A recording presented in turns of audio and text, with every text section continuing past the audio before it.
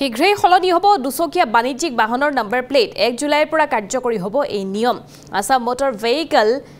aggregator rules আইনৰ অধীনত এই পদক্ষেপ গ্ৰহণ কৰা হৈছে দুচকীয়া বাণিজ্যিক বাহনত এতিয়াৰে পৰা হ'ব হালধীয়া নম্বৰ প্লেট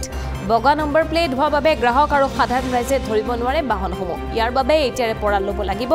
এখন পাৰমিট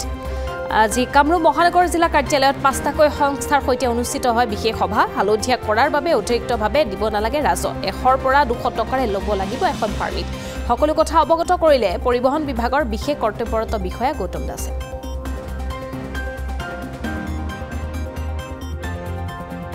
এতিয়াৰ পৰা আমি 30 জুনলৈকে সময়সীমা নিৰ্ধাৰণ কৰি দিছোঁ 30 জুনৰ ভিতৰত সকলো বাইক টেক্সিয়ে তেওঁ নাম্বাৰ প্লেটটো য়েলো কালাৰ হ'ব লাগিব অৰ্থাৎ তেওঁ ট্ৰান্সপোৰ্ট বাইক হিচাপে তেওঁ কমাৰ্চিয়েল বাইক হিচাপে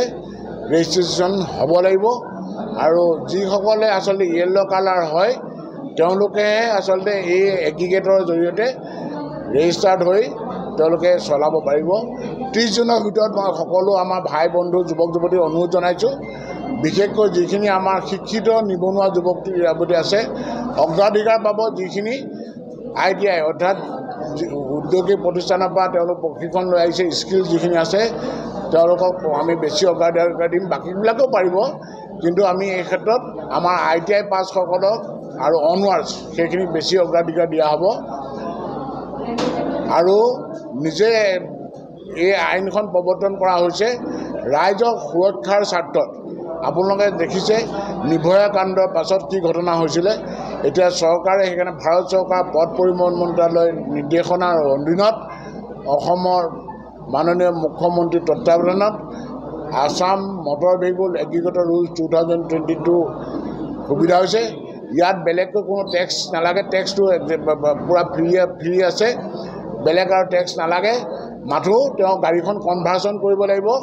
নহলে তেওঁ নতুন বাইক এখন ডিলাৰৰ পৰা কমাৰ্চিয়েল নাম্বাৰ প্লেটত লৈ পিনি চলাব পাৰিব আৰু এটা কথা আপোনাক আকৌ কৈছোঁ ইয়াৰ কাৰণে সেপাৰেট কোনো বাইক টেক্সিৰ কাৰণে টেক্স বেলেগকৈ নালাগে গভৰ্ণমেণ্টে সেইখিনিও এক্সেম্পটেড কৰি দিছে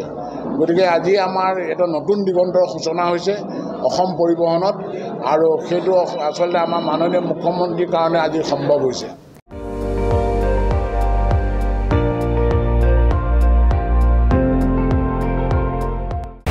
আপুনি চাই আছে ND24 সৰ্বশ্ৰেষ্ঠ নহয় সৰ্বোত্তমৰ দৌৰ